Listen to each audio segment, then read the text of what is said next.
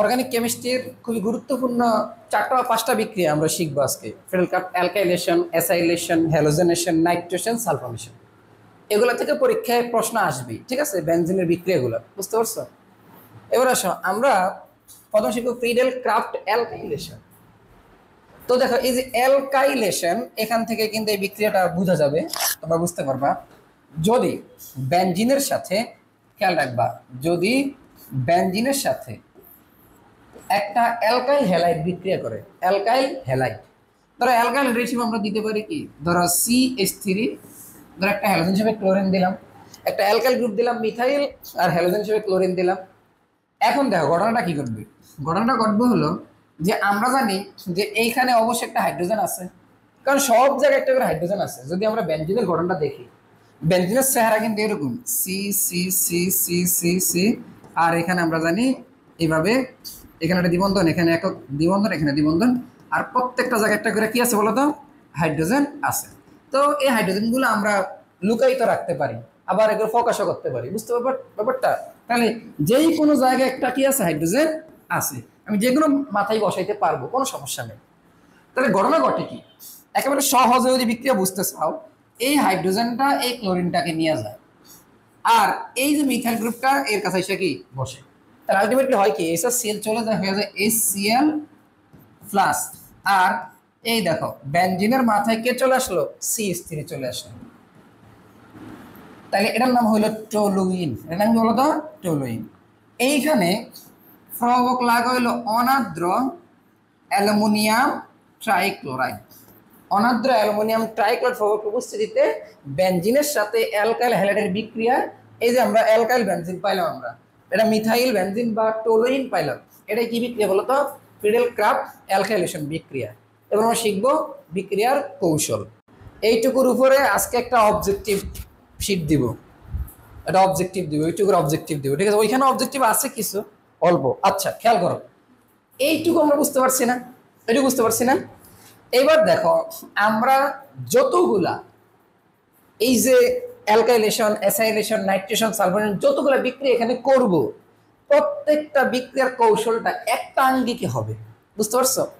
আমরা কি করব কৌশলটা একটু খেয়াল করো, আমি এখানে একটু লেখার চেষ্টা করি। দেখো কৌশলটা আমরা কি কাজ করব, মনোযোগ দেওয়ার চেষ্টা করো। আমরা এটা একটু মুছে দিলাম।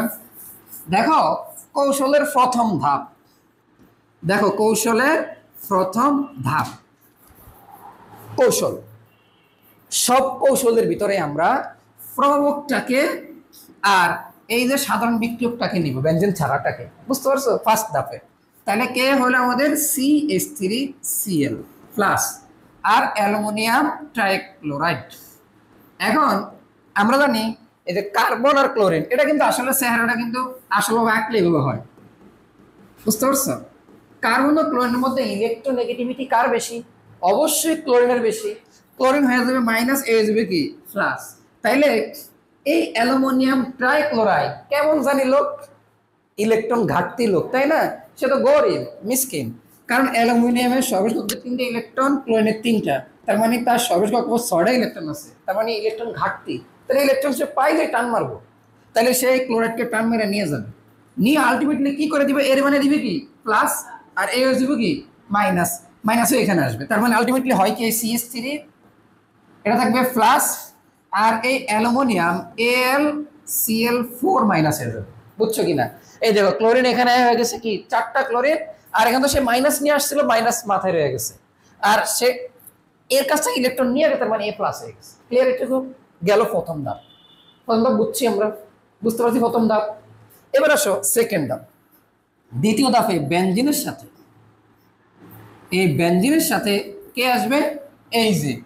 এখন তুমি বলতে পারো যে স্যার বেনজিনের সাথে এও তো আসতে পারতো ফার্স্টে, বাট এ কেন আসে? কারণ আমরা বলছিলাম আগের ক্লাসে যে এগুলো হইলো ইলেকট্রোফিলিক প্রতিস্থাপন বিক্রিয়া দেয়। তাইলে যেহেতু বেনজিন ইলেকট্রোফিলিক প্রতিস্থাপন বিক্রিয়া দেয়, তাইলে আগে কে আসবে, ইলেকট্রোফাইল আসবে। বেনজিন যেহেতু ইলেকট্রোফিলিক প্রতিস্থাপন বিক্রিয়া দেখায়, তাহলে আগে কে আসবে, ইলেকট্রোফাইল আসবে। তাহলে এখানে কে ইলেকট্রোফাইল, অবশ্যই CH3 প্লাস, যার মাথায় প্লাস আসে তো ইলেকট্রোফাইল এমনি বোঝা যায়। তার মানে কি, তাহলে আসবে কি CH3 প্লাস। এ যখন আসলো তখন এখানেও কিন্তু একটু বুঝার কাহিনী আছে, একটু মনোযোগ দাও, বুঝলে তুমি ইজিলি পারবা সবকিছু। এ দেখো বেনজিন, এখন এখানে তো একটা হাইড্রোজেন আছে আগে থেকে, আছে না? এখন CH3 এসে এখানে বসবে, তাই তো? এখন CH3 যখন এখানে বসবে, এখন দেখো CH3 এখানে এসে বসার ফলে এখানে কিন্তু ইলেকট্রন ঘনত্ব কি হয়ে গেছে, বাইরে গেছে না? এখন এখানে একটা রেজোনেন্স সৃষ্টি হয়ে গেছে। রেজোনেন্স কি পরে ক্লাসে বুঝবে, তো এখানে রেজোনেন্স দেখানোর দরকার নাই, শুধু আমরা বুঝিয়ে দিব যে এখানে রেজোনেন্স হয়েছে, এটুকু বুঝছো? এটা বলা হয় মধ্যবর্তী কমপ্লেক্স আয়ন। কি বলা হয়? মধ্যবর্তী কমপ্লেক্স আয়ন। এরপরে তাহলে কি হবে, এটা কি মধ্যবর্তী কমপ্লেক্স আয়ন, এটা আমরা বুঝছি কেমনে, খেয়াল করো। আবারও বলি, এখানে কিন্তু হাইড্রোজেন আছে, তুমি বলো স্যার হাইড্রোজেন দিলেন না, আছে, না দিলেও আছে, দিলেও আছে। তো এখানে এ যখন আসবে, এখানে এসে বসবে, এখানে বসার কারণে এখানে ইলেকট্রন ঘনত্ব বাইরে যাবে না, এবং কার্বনের হাত বাইরে যাবে, এজন্য এখানে কি একটা একটা রেজোনেন্স ঘটবে। এজন্য এইখানে কিন্তু স্থিতিশীল অবস্থা, এখানে স্থিতিশীল অবস্থা থাকবে না। এর এটুকু। এবার আসো এর পরের ধাপ, থার্ড ধাপ, এটা তোমরা লেখছো, এটা আমরা বুঝছি। তাহলে তৃতীয় ধাপে কাহিনীটা কি করবে? তাহলে এটা ছিল দ্বিতীয় ধাপ,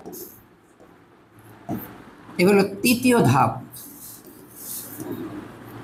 দেখো তৃতীয় ধাপে কি করবে, এই যে মধ্যবর্তী কমপ্লেক্স আয়নটা, এই লোকটা, হ্যাঁ, এই যেটা এইভাবে দেখাইবা, খেয়াল রাখবা কিন্তু, CH3। এখন ওই যে নিউক্লিওফাইলটা সে এখন আসবে, বুঝছো কথাটা? তাহলে নিউক্লিওফাইল আসবে। আমি কালকে কৌশল শিখাইছিলাম, যে ইলেকট্রোলিক বিক্রিয়ার কৌশল, এগুলোর কৌশলগুলো শিখাইছিলাম। তাহলে কৌশল হইতে প্রথমে ইলেকট্রোফাইল যুক্ত হয়, পরে এসে কি হয়, মধ্যবর্তী কমপ্লেক্স সৃষ্টি হয়, পরে এসে নিউক্লিওফাইল যুক্ত হয়। ঠিক আছে, দেখলে বুঝবা আগের ভিডিওগুলো। এবার দেখো এখানে কি ঘটে। এখানে ঘটে হইল হচ্ছে, এখানে আবার বলবো যেমন ডাবল টাবল কিছু লাগবে না। দেখো এখানে কি হয়, এখানে এই যে ক্লোরাইড, এই হাইড্রোজেনকে বলে তুমি আসো আমার কাছে, ঠিক আছে? এ তো হাইড্রোজেন একটা এমন লোক, মানব দরদি লোক।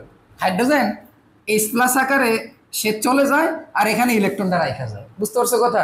আর সে এইচ প্লাস আকারে কার কাছে চলে আসে, ক্লোরিনের কাছে, Cl মাইনাসের কাছে। তখন সে হয় কি HCl প্লাস। আর দেখো এই যে CH3টা ঠিকঠাক জায়গা মধ্যে থাকে যায়। আর দেখো এর কাছে যখন ক্লোরাইড চলে গেল হাইড্রোজেনের কাছে, তখন এই কি হয়ে যায়, HCl3। তাহলে এই হলো আমার কি বিক্রিয়ার কৌশল এবং টোলেন প্রস্তুতি। আবার HCl3 আবার বিক্রিয়া করবে, আবার বিক্রিয়া করবে, বিক্রিয়া করতে থাকে চলতেই থাকে। কি ক্লিয়ার? কোনো প্রশ্ন আছে? আমরা এগুলো নোট রাখতেছি না। দেখো এরপরে আমরা শিখবো হলো কি ফিডেল ক্রাফট অ্যাসাইলেশন। দেখো ফিডেল ক্রাফট অ্যাসাইলেশনটা অ্যালকাইলেশনের মতো সেম, বুঝতে পারছো কথা? শুধুমাত্র এখানে একটা অ্যাসাইল বেনজিন আসবে, বুঝছো কথাটা? তার মানে অ্যাসাইলেশনে কি হবে, দেখো এই যে বেনজিনের সাথে দেখো ওইখানে ছিল CH3, শুধু CH3Cl, আর এখানে CH3COCl, মানে একটা অ্যাসাইল ক্লোরাইড বা অ্যাসাইল ব্রোমাইড, যেটা দাও। তো এখানে ঘটনা কি ঘটবে, ঘটনা ঘটবে হলে এই যে এই ক্লোরিন এখানে একটা কি নিবে, হাইড্রোজেনকে নিয়ে যাবে, আর COCH3 উপরে বসবে। তার মানে এখানে হবে কি, দেখো বেনজিন, এখানে COCH3 আর প্লাস HCl। এরপরে কৌশলটা কিন্তু প্রায় কি হবে, সেম হবে, সেম অ্যাজ। অবশ্যই কৌশলটা তোমরা করে আমাকে দেখাইবা, আর যে যে পারবা সে সে ইয়েস লাগবে, ঠিক আছে? হ্যালোজেনেশন এইটাও সেম, ঠিক আছে?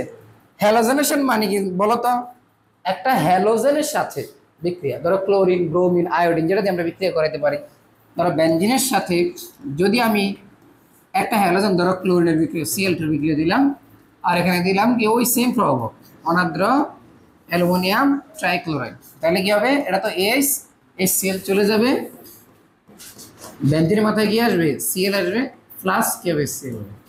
আর এটারও কিন্তু কৌশলটা same as fiddle craft alkylation, এটাও তোমরা করবা, বুঝতে পারছো? এটাও তোমরা কৌশলটা নিজে নিজে করবা। হ্যাঁ, না তিনটা হইতে পারে, চারটা হইতে পারে, ঠিক আছে?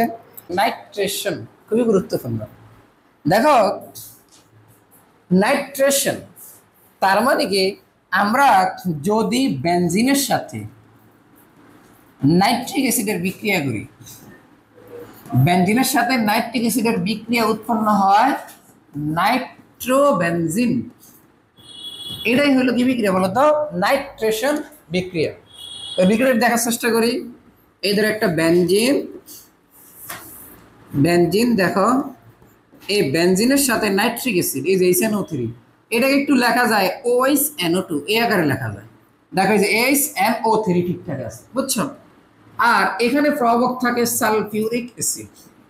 প্রবক থাকলে এখানে ঘটনা ঘটে কি, ওই যে আমরা তো জানি এইচ, সব সময় খেয়াল রাখবা কোনো যদি পানি বানানোর চান্স থাকে, কোন জায়গায় এইচ আর ওএইচ একসাথে যুক্ত হওয়ার চান্স থাকে, তাহলে যুক্ত হবেই হবে। বুঝতে পারছো কথা? যুক্ত হবেই হবে, খেয়াল রাখবা। তাইলে এখান থেকে কি হয়, এই এইচ আর এই যে ওএইচ মিলে কি হয়ে যায়, পানি পানি হয়ে যাবে, ঠিক আছে? আর এখানে দেখো এই NO2 উপরে বসে যাবে, এটার নামই হলো নাইট্রোবেনজিন, বুঝছো?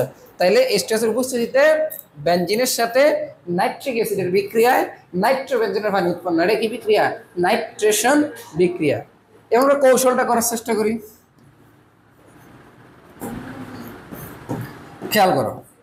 আমরা যদি দেখি কৌশল, কৌশলের প্রথম ধাপ দেখো, এই যে বিক্রিয়কটা আর প্রবক্তাকে নিবা। তাহলে বিক্রিয়কটা কি আছে, OH NO2, আর এখানে প্রবক্তাকে আমরা একটু ভাঙ্গা লিখতে পারি H আর HSO4, বুঝতে পারছেন? এখন কি হয় প্রথম ধাপে, এটা ফার্স্ট ধাপ, খেয়াল রাখবা। দেখো এই এইচ আর ওএইচ মিললে কি হবে, পানি হবে, বলছিলাম না একবার? যদি একটা টেকনিক্যাল কথাবার্তা।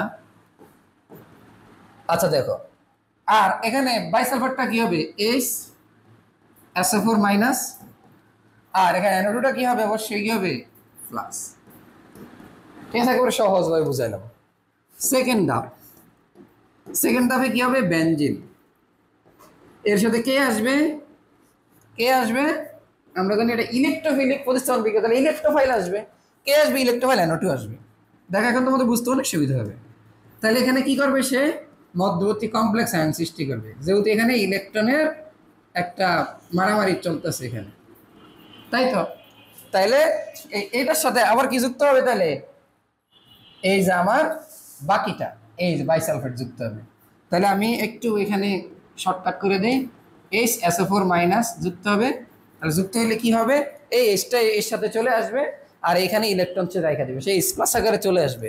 তখন সে হবে H2SO4 প্লাস, এই বেনজিনের মাথায় কি বসবে, এমনি বসে যাবে। তাহলে এখানে এই হাইড্রোজেনটা H প্লাস আকারে চলে আসবে এর কাছে, আর এখানে ইলেকট্রনটা সে রেখে দিবে। তাইলে সে NO2 আর হয়ে যাবে কি, H2SO4। তুমি কি করবা, এইটাকে আবার লেখা থার্ড ধাপ দিবা, ঠিক আছে?